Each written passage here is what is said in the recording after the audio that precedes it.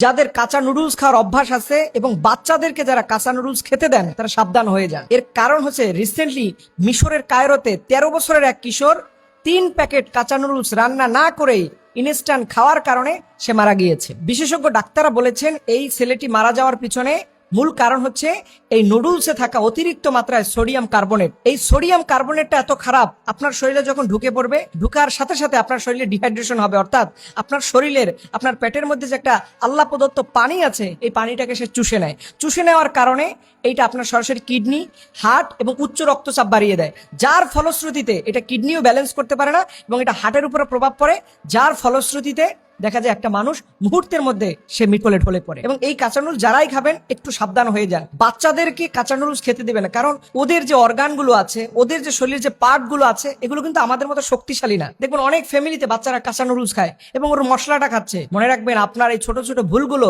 তখন আপনি দোষ দিবেন, আল্লাহ আমার সন্তানটাকে কেন কেড়ে নিলা।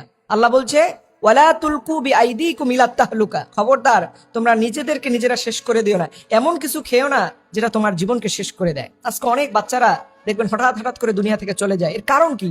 এর কারণ হচ্ছে ফ্যামিলিতে তার খাদ্যাভ্যাসে প্রচুর পরিমাণে সমস্যা থাকার কারণ। এবং এই নুডলসটা কি জানেন, এটা একটা শুকনা জিনিস, এটা পেটের মধ্যে যখন যায় তখন এটা শরীরের পানিগুলো চুষে এখানে কোটলার মতো হয়ে থাকে, তখন আপনার শরীরের অর্গানগুলো কাজ করতে পারে না। এর জন্য নুডলস আপনি যত পারেন কম খাবেন, এই প্রসেস খাবার এগুলো থেকে দূরে থাকেন, এটা আপনার জীবনের জন্য ভালো হবে। আর যখন খেতেই হবে বেশি পরিমাণে এর সাথে সবজি মিক্স করবেন, ডিম মিক্স করবেন, অন্যান্য উপাদানগুলো দিয়ে, যাতে করে ওর মধ্যে যে সোডিয়াম কার্বনেট আছে, পটাশিয়াম, অন্যান্য ক্ষতিকর যে উপাদানগুলো নুডলস এর মধ্যে আছে, সেটা যেন সবজি দেওয়ার কারণে কিছুটা পরিমাণ কমে, এর মাধ্যমে আপনি যেন বেঁচে যান। আল্লাহর কাছে দোয়া করি রব্বুল আলামিন যেন আমাদের এই ধরনের প্রসেস ফুড খাবার থেকে আমাদের সবাইকে হেফাজত